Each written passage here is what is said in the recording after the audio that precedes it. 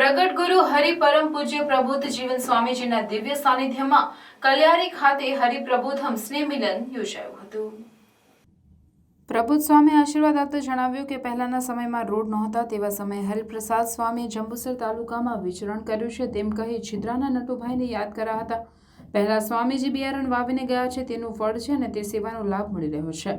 આપણને કોણ મળ્યું છે તેના કેફમાં રહેવું જોઈએ।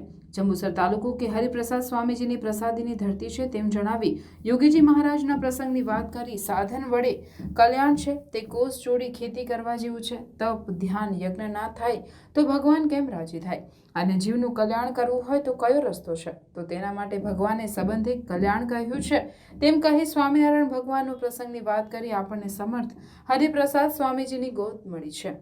અઠવાડિક સત્સંગ સભામાં જવા જણાવ્યું અને પ્રાણ જાય પર સભા ના જાય તે અંગે મુંબઈ અને અમદાવાદના પ્રસંગો વર્ણવી અઠવાડિક સત્સંગ સભાનું મહત્વ સમજાવ્યું। યુવાનો જો આડા માર્ગે જતા હોય તો તે સોશિયલ મીડિયાથી થાય છે। મોબાઈલનો દુરુપયોગ ટાળી સદુપયોગ કરવા ભગવાનને રાજી કરવા હોય તો સદમાર્ગે ચાલવા પ્રબુદ્ધ સ્વામીએ જણાવ્યું હતું। નિરંજન સ્વામીએ માનવ જાતિ ઉપર ભગવાનની અસીમ કૃપા શું ભગવાનની મૂર્તિ આપણા પર પ્રસન્ન થાય છે ત્યારે જેમાં પોતે પ્રગટ હોય તેવા સાધુની ગોદ આપે છે અને સેવા સાધુ સાથે મેળાપ થયો છે તો આપણા પુણ્યનો પાર ન કહેવાય। ગુરુ હરિપ્રસાદ સ્વામીજીને પોતાના નખ શીખ પધાર્યા છે તેવા પ્રભુ સ્વામી આપણા અંતરને અનિર્દેશ બનાવી હરિપ્રસાદ સ્વામીની મૂર્તિ આપણામાં સમાવવા આવ્યા છે। આપણી પ્રાર્થના સાંભળી સંકલ્પ પૂરો કરે એ આશીર્વાદ દર્શન તેમના તરફની યાત્રા કરવા પ્રેરણા આપે છે તેમ કહી હરિપ્રસાદ સ્વામીજીના પ્રસંગો વર્ણવી આપણે કોની ગોદમાં બેઠા છે તે અંગે સમજાવ્યું। આ ગુરુ કથિરને કંચન બનાવે અને આત્માની રક્ષા કરે છે। શ્રુહદ સ્વામીએ જણાવ્યું કે આપણે જેવા ધારીએ તેવા બનીએ કારણ આપણને સમર્થ માવતર મળ્યું છે તથા ભગવાન સ્વામિનારાયણ આપેલા અદ્ભુત વરદાનોની સવિસ્તાર સમજ આપી ભગવાનના પવિત્ર સંતનો સમાગમ કરવો।